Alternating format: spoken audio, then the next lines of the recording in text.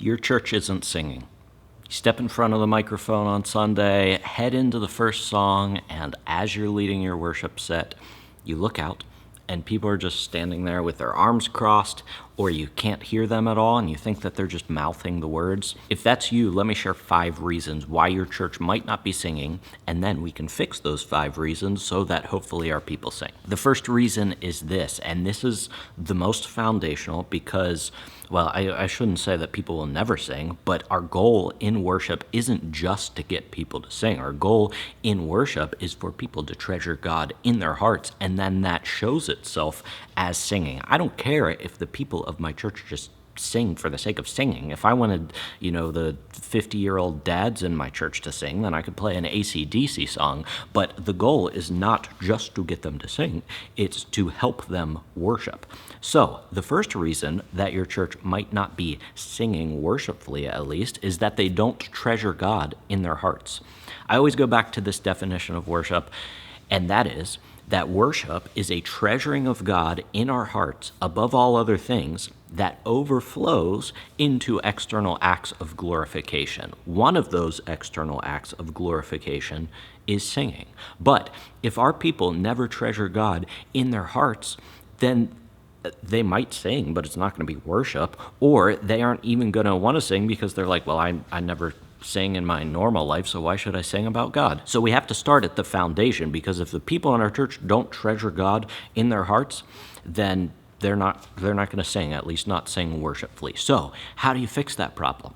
You lead people in treasuring God in their hearts. Hebrews 13 puts it this way. It says, "Through him then let us continually offer up a sacrifice of praise to God, that is, the fruit of lips that acknowledge his name." So our worship is the fruit of something. It specifically says the fruit of lips that acknowledge his name. So it is singing. You could apply that to singing, the fruit of lips that acknowledge his name. It's praising him, but even that has a fruit in and of itself, and that fruit is that I treasure God and that I actually want to acknowledge his name.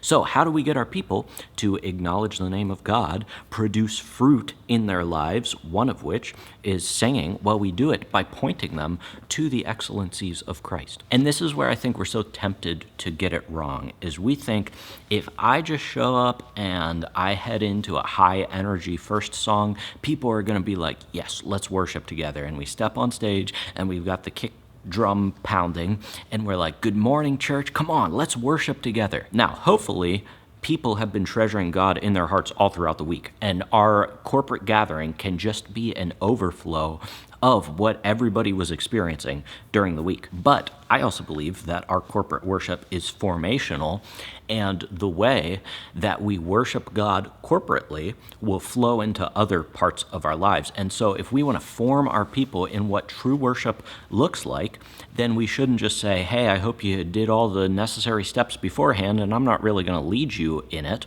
but let's just worship God. No, let's model for our people, okay, why am I worshiping? I'm worshiping because I'm responding to God's revelation. First of all, that revelation, when God speaks to me through his word, it causes me to treasure him in my heart.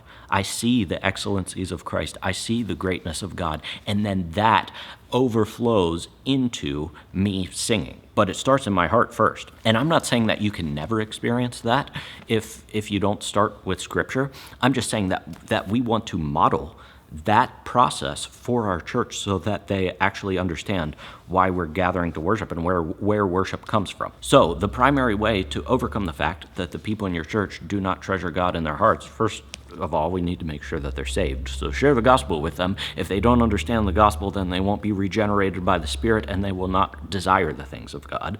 But when they are saved, point them to the Word of God and remind them of the precious promises that we have. I'll link a couple videos down in the description below about speaking transitions and how to open your service. I won't go into a bunch of examples in this video. Now let's move on to something a little bit more practical. What we talked about was practical, but it's like the baseline of what we need to have people sing in our church. But another reason that people in your church might not be singing is because they can't sing the songs that you're singing in the key that you put them in. So let's remove the barrier for our church from singing with us by making our songs either too low, which I don't think we're tempted all that often to do, but we are tempted all the time to put our songs up too high, because whenever we sing at the top of our range, we are more powerful.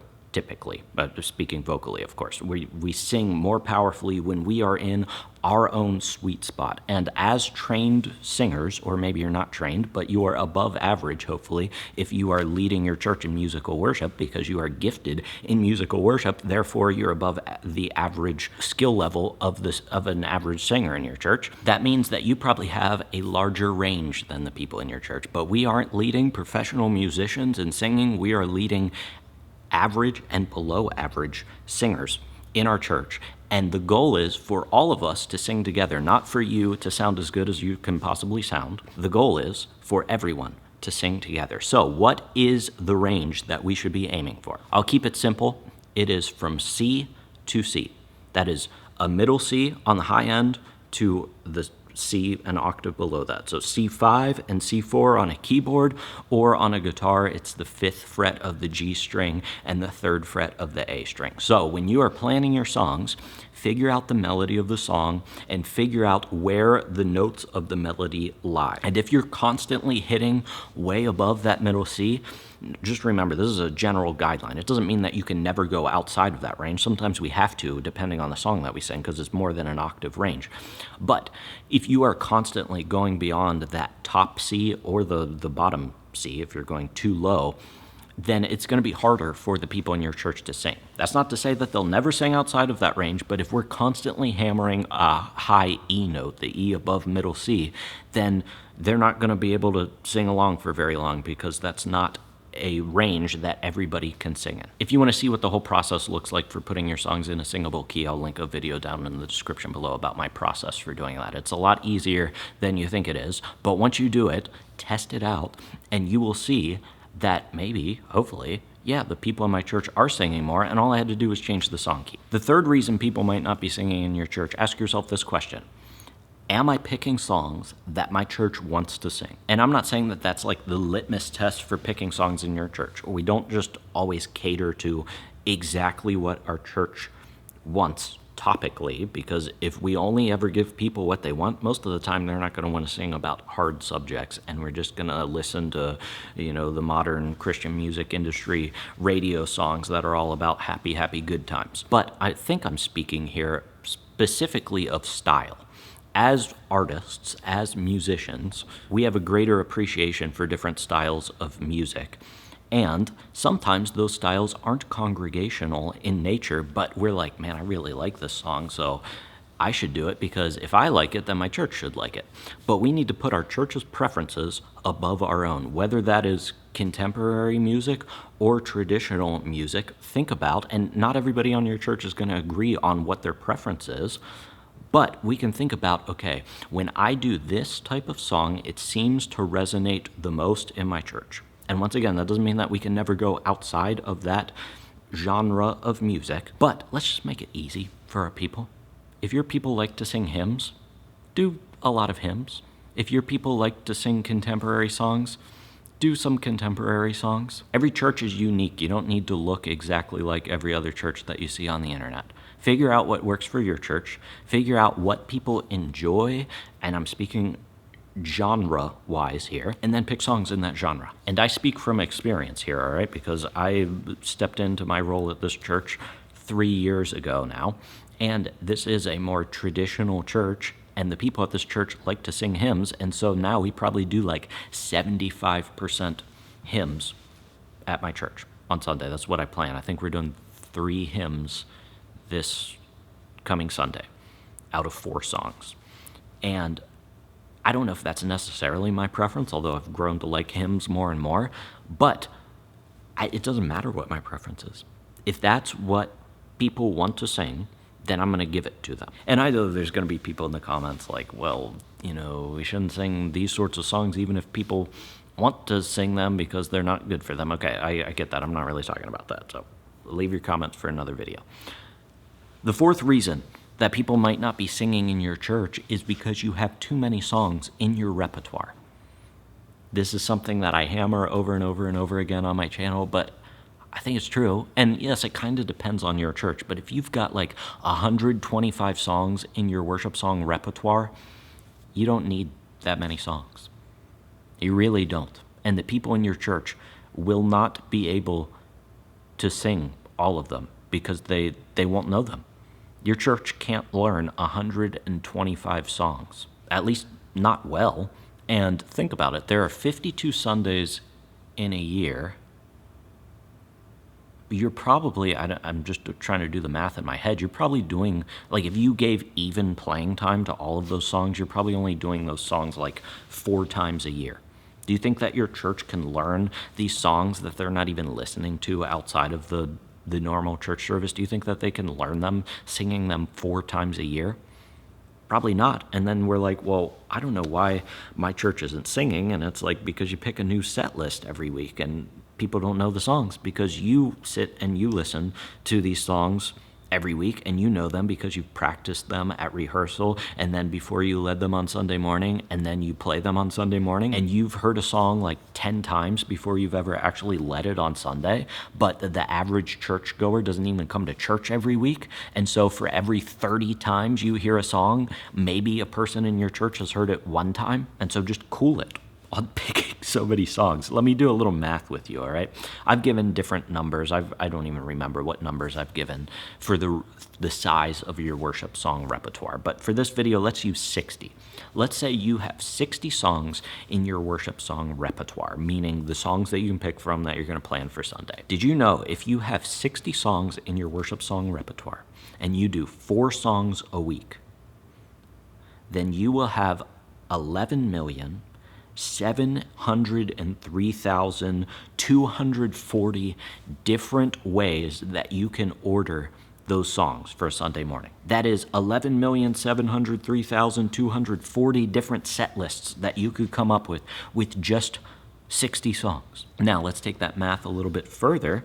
That means that you could lead worship for the next 2,925,810 weeks and not repeat the same exact set list in the same exact order. That's 56,265 years of different set lists with just 60 songs. So if you're worried like, oh, I'm not going to have much creativity in how I plan the sets if I cut my set list in half, 56,265 years worth of creativity sounds pretty impressive to me. So do less songs and your people will know them more and then they'll be able to sing them with you. And the 5th reason why people might not be singing in your church is simply they don't know that they should. You know, some people come to church their whole lives and they get it in their head that, number 1, I'm just here to spectate, I'm just here to watch. Or number 2, they show up and they're like, well, I'm not really a singer, that's not something God has gifted me with. Therefore, I don't need to sing because that's not one of my gifts. There's any number of reasons people have made excuses in their head not to sing, or they have misconceptions. But what does the Bible tell us? The Bible commands us, everyone, to sing. And so take your people to those passages. And we do it in a loving way. I think sometimes we want to, as worship leaders, be like, don't you see in the Bible, it says right here, sing. Why are you just standing there with your arms crossed? But we do it lovingly.